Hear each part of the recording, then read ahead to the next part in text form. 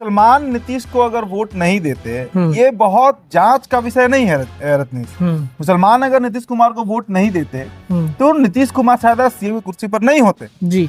और मुसलमान अगर सिर्फ 2020 दोनों बार अगर रिवाइवल हुआ है, 2015 में राजद को अधिक सीटें आई तो वो जदयू के चलते गठबंधन में लड़े। 2020 में अगर राजद को ज्यादा सीटें आई, 80 सीट आया तो वो चिराग पासवान की मुसलमान का वोट हमको नहीं पड़ता।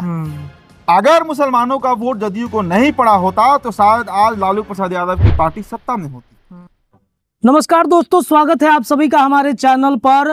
बिहार जदयू में बवाल मचा हुआ है। ललन सिंह का एक बयान, जिस बयान से ऐसा लग रहा है कि जदयू के अंदर ही कुछ ना कुछ मामला गड़बड़ हो गया है। दरअसल आपको बता दें कि 24 तारीख को एक तरफ जहां पटना में मुसलमानों का एक बड़ा जमावड़ा लगा था, तो वहीं मुजफ्फरपुर में ललन सिंह ने एक ऐसा बयान दे दिया जिस बयान से जदयू के मुसलमान नेता नाराज हो गए। ललन सिंह ने कहा कि जदयू में मुसलमानों को वोट नहीं पड़ता है, यानी कि जो मुसलमान हैं वो नीतीश कुमार को वोट नहीं देते हैं।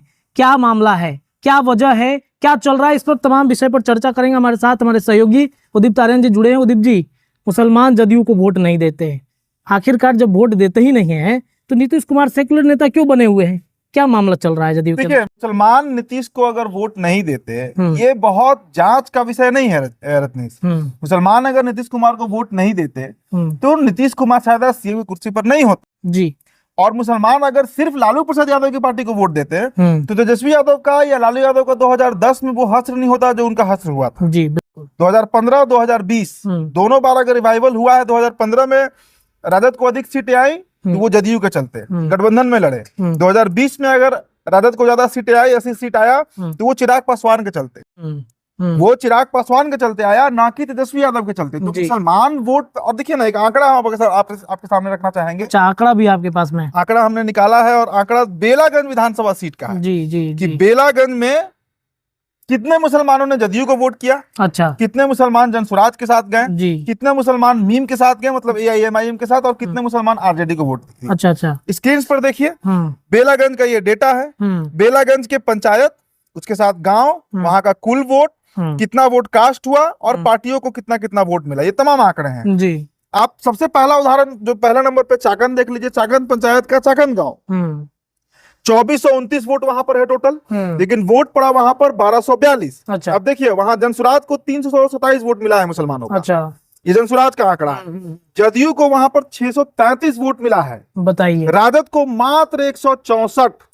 अच्छा, मात्र 164, मतलब राजद से चौगुना आप कहिए तो ये तो जदयू को पड़ रहा है। बिल्कुल। और AIMIM जो मुसलमानों की पार्टी है, उनको मात्र 29 वोट पड़ा है। ये तो बहुत बड़ा मतलब अंतर है, बहुत बड़ा डिफरेंस है। MY समीकरण टूट गया यहीं से। अब इस पर भी हम आएंगे रत्नेश जी। आप स्क्रीन पर देखिए ना, आप बाड़ा गांव का देख लीजिए, आप केसरू गांव का देखिए, डुमरा गांव का देखिए, अख्तू गांव का देखिए। देखिए, अख्तू गांव की अगर बात करें तो अख्तू गांव में 2515 वोट है, 1247 वोट पड़ा। जनसुराज को 244, जदयू को 286, यहाँ पर राजद को 501 वोट पड़ा है, जदयू से अधिक पड़ा है। भीम को 63 वोट पड़ा है। आप चांद वाजिदपुर गांव देख लीजिए जी, 1444 वोट यहाँ पर पड़ा। 420 जनसुराज को, 524 जदयू को, 293 राजद को जी, और 73 मीम को। तो बताइए, आंकड़े तो आपके सामने हैं, दर्जनों गांव का यहाँ उदाहरण है। अब देखिए, कुल वोटों की अगर बात करें जी, तो इन सभी गांवों को मिलाकर 20,696 वोट होता है। इसमें 10,797 वोट कास्ट हुआ, पड़ा है। जनसुराज को 2663 वोट, जदयू को 3390 वोट, राजद को 2246 वोट, और मीम को 1431। यहाँ तो सबसे ज्यादा जदयू को वोट पड़ा है। फिर ऐसा क्यों, मतलब लग रहा है ललन सिंह को कि मुसलमान वोट नहीं दे रहे हैं नीतीश कुमार? ललन सिंह को लग नहीं रहा है, ये पूर्णतः राजनीतिक बयान है। अच्छा, इसके पीछे 100% आप ये इतना तो हमारे दर्शक जानते ही हैं कि केंद्र में मंत्री हैं ललन सिंह, और जदयू के नेताओं की पता नहीं क्या कमजोरी है। इसके पहले हमने रामचंद्र प्रसाद सिंह को भी देखा है। RCP वाला प्रकरण फिर दोहराया जा रहा है। RCP सिंह का क्या हुआ? एकदम राइट हैंड थे नीतीश कुमार जी जी, राइट हैंड जी। और जैसे ही वो दिल्ली पहुंचते हैं, उनको लग गया मोदी रो, लग गया उनको मोदी रो, और फिर मोदी के हो गए, नीतीश के नहीं रहे। कहाँ नीतीश के रहे? मंत्रालय भी गया, राज्यसभा भी गया, पार्टी भी गई, आज भटक रहे हैं। बिल्कुल, आज वो भटक ही रहे हैं RCP जी। तो ललन सिंह जब से सांसद बने हैं और ये जो जुबान बोल रहे हैं अभी, देखिए नीतीश कुमार ने नहीं कहा है ये बात। ये बात जो मोहम्मद जमाल का है, काटी के जो नेता है जी जदयू के, उन्होंने नहीं कहा है कि नीतीश कुमार कह रहे हैं कि मुसलमान का वोट हमको नहीं पड़ता है। अगर मुसलमानों का वोट जदयू को नहीं पड़ा होता तो शायद आज लालू प्रसाद यादव की पार्टी सत्ता में होती। आप देखिए ना, 10,500 वोट बेलागंज में कास्ट मुसलमानों का, कई गांव पंचायत के एग्जाम्पल है, इसमें मात्र 2200 वोट पड़ रहा है राजद को और 3300 वोट पड़ रहा है जदयू को। बिल्कुल 2000 के आसपास जनसुराज को वोट पड़ रहा है। तो ये आंकड़े क्या बता रहे हैं? अगर मान लीजिए कि ये वोट चला गया होता आरजेडी में, तो शायद मनोरमा देवी सदन में शपथ नहीं ले रही होती। बिल्कुल विश्वनाथ कुमार सिंह ले रहे होते जी। तो इसमें मतलब ललन सिंह के ये बयान देने के पीछे हमने देखा मुसलमानों का वोट जदयू लेती रही है हमेशा से, सब जगह। आपको याद होगा कुछ ही दिन पहले देवेश चंद्र ठाकुर ने भी ऐसा बयान दिया था कि मुसलमान का हम काम नहीं करेंगे, यादवों का काम नहीं करेंगे। क्या नीतीश को डैमेज करने के पीछे ये लोग लग गए हैं? क्या बीजेपी के हो चुके हैं ये सभी लोग? देखिए, नीतीश को डैमेज करे ना करे, राजनीति में दो ही चीज होता है ना, खुद को बनाना या दूसरे को बिगाड़ना जी। तो अपना कुर्सी सेफ रहे। देखिए देवेश चंद्र ठाकुर भी अब एमएलसी नहीं है, सांसद बन गए। बिल्कुल दिल्ली चले गए। बिल्कुल ललन सिंह भी अब बिहार में मंत्री नहीं है, सांसद बन चुके हैं। पिछले टर्म में भी एमपी थे। रामनाथ ठाकुर सांसद हैं, मंत्री हैं केंद्र में। बिल्कुल। तो जो 12 सांसद हैं जनता दल यूनाइटेड के, वो नीतीश कुमार के हाथ से बाहर जा चुके हैं। इसमें देखिए प्रत्यक्ष को प्रमाण की जरूरत नहीं होती है। ललन सिंह जिस तरह बोल रहे हैं, और मैं बार बार कहता हूं रत्नेश कि ललन सिंह हो या कोई भी हो, नीतीश कुमार का ये गुण है, खूबी कहिए या बखूबी कहिए, जो कहिए, नीतीश कुमार कभी अपने दुश्मनों को छोड़ते नहीं है।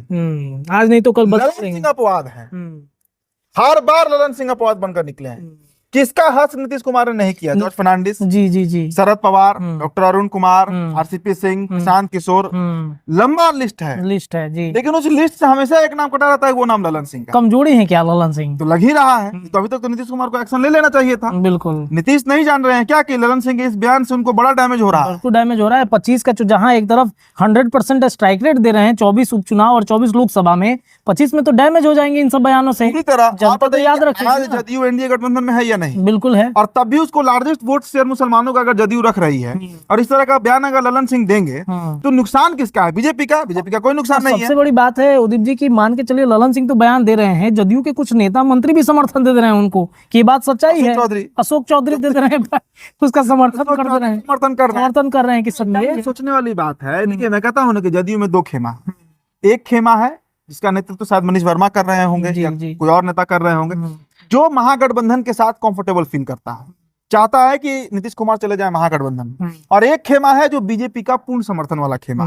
आप उसमें अशोक चौधरी को काउंट कर लीजिए, ललन सिंह को काउंट कर लीजिए, संजय झा को काउंट कर लीजिए, विजय चौधरी को काउंट कर लीजिए। भले ही इनमें आपसी तकरार हो, लेकिन एनडीए को लेकर ये सॉफ्ट रहते हैं हमेशा, बहुत सॉफ्ट। और इसके पीछे इनका निजी कारण है। अब अशोक चौधरी की पुत्री जो है संभावी, वो एनडीए से सांसद हैं, चिराग पासवान की पार्टी से।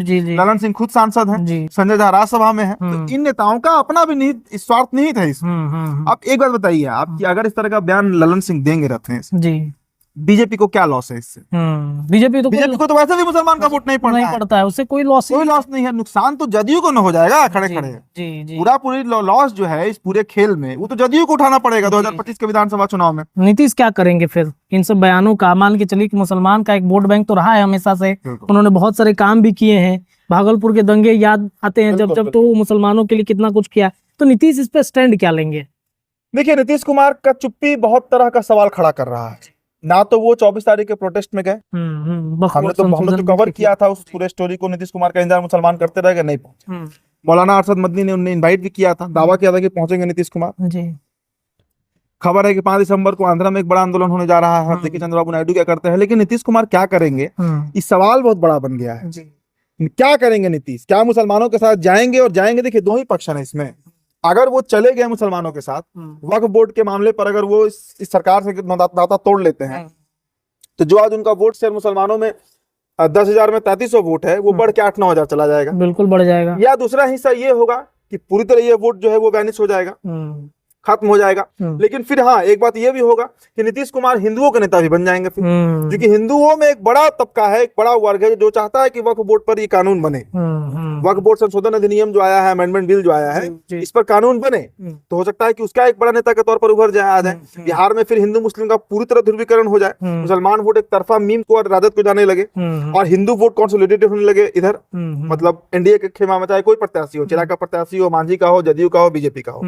तो दोनों पहलुओं पर नीतीश को विचार करना है कि नीतीश चाह क्या रहे हैं आगे की उनकी राजनीति सुलभ किस में हो। फंस गए हैं नीतीश कुमार, फंस गया है नीतीश कुमार, क्योंकि ललन सिंह का जो जुबान है वो बीजेपी का जुबान है, वो जदयू का जुबान नहीं है। हाँ, उस समय भी हमने देखा था जब ललन सिंह बोल रहे थे सदन के अंदर, गरज रहे थे पूरा एकदम, पूरा गरज रहे थे। तो इसीलिए मैं कह रहा हूँ कि और ये आंकड़े क्या बता रहे हैं, आंकड़े जो हमने रखे हैं अपने दर्शकों के सामने, इस आंकड़े से आप समझिए कि बेलागंज ही का ये गुणागणित नहीं है, पूरे बिहार का ये गुणागणित, पूरे बिहार का ये गुणागणित है। बिहार के मुसलमान देते हैं वोट जदयू को, बिल्कुल बिल्कुल, इनकार नहीं किया जा सकता है। चलिए देखिए, तो ललन सिंह के इस बयान से नीतीश कुमार बुरी तरीके से फंस चुके हैं। कैसे निकलेंगे? नीतीश माहिर है इन चीजों से निकलने के लिए। अब नीतीश की जो चुप्पी है वो मंथन की चुप्पी है। मंथन के बाद नीतीश का फैसला बेहद चौंकाने वाला होता है। निगाहें हमारी लगातार जुड़ी रहेंगी, चर्चाएं विश्लेषण चैनल के माध्यम से हम करते रहेंगे। आप भी अपनी राय कमेंट बॉक्स में रख सकते हैं। अपने चैनल को सब्सक्राइब जरूर कर लीजिएगा। बहुत बहुत धन्यवाद।